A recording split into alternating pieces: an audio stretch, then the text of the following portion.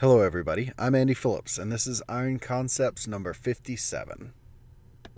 These days, as you get busier, it's really easy to recognize the fact that there are so many powerful tools available to us as small businesses. Many of these tools are the key players for those among us who are very successful. When you see somebody in our field nowadays that is really successful, that's really cleaning house, chances are it's because they've used these tools to their advantage. They've either got their website down pat or they've networked in exactly the right way. They've got their social media down. It's not just about being on the latest and greatest show, getting your face out in front of a lot of people. You have to have the tools to back that up. And it doesn't matter whether you're famous or not, you still need those tools at your disposal. And yet, at the same time, those tools that can be so potent and so powerful to launch us forward, those same tools can be a vice. Not just a distraction, but also an echo chamber for ignorance. As these tools become more powerful, it makes it just that much more sad to see people fail by misusing something that could just as soon launch them to great success.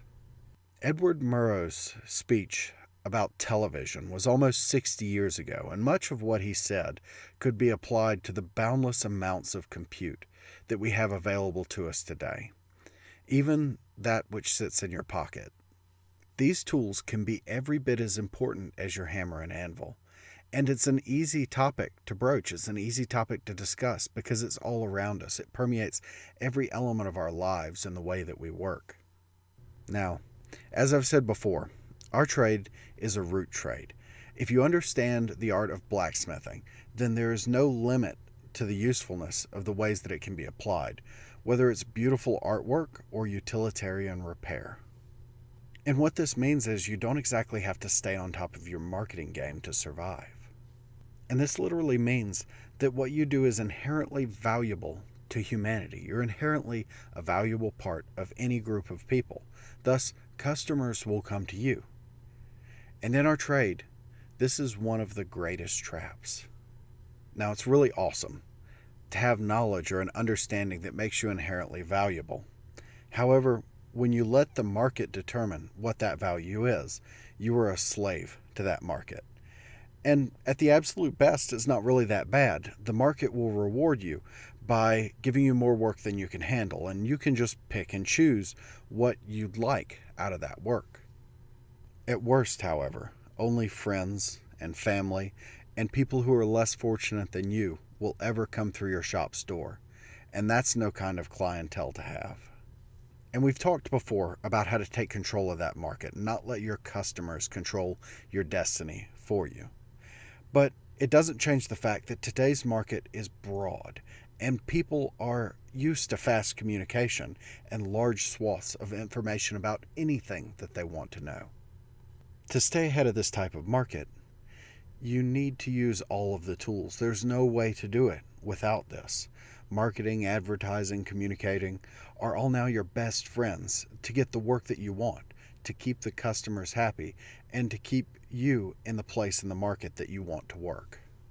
This is why Vulcan has bestowed on humanity, in a dust-proof, waterproof, nearly blacksmith-proof case, the iPhone.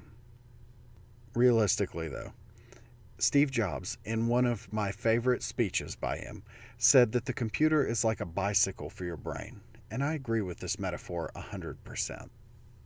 It takes the work that you can do, it takes the effort that you put in, and it amplifies it. It turns it into something different, something better and more useful. Kind of like a treadle hammer, for those of you who haven't been on a bicycle in a while.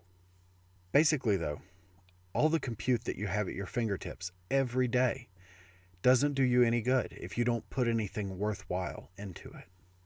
And I think this is the best place in all of this that I could put in some useful direction, because there's no limit to what you can put in, useful or otherwise.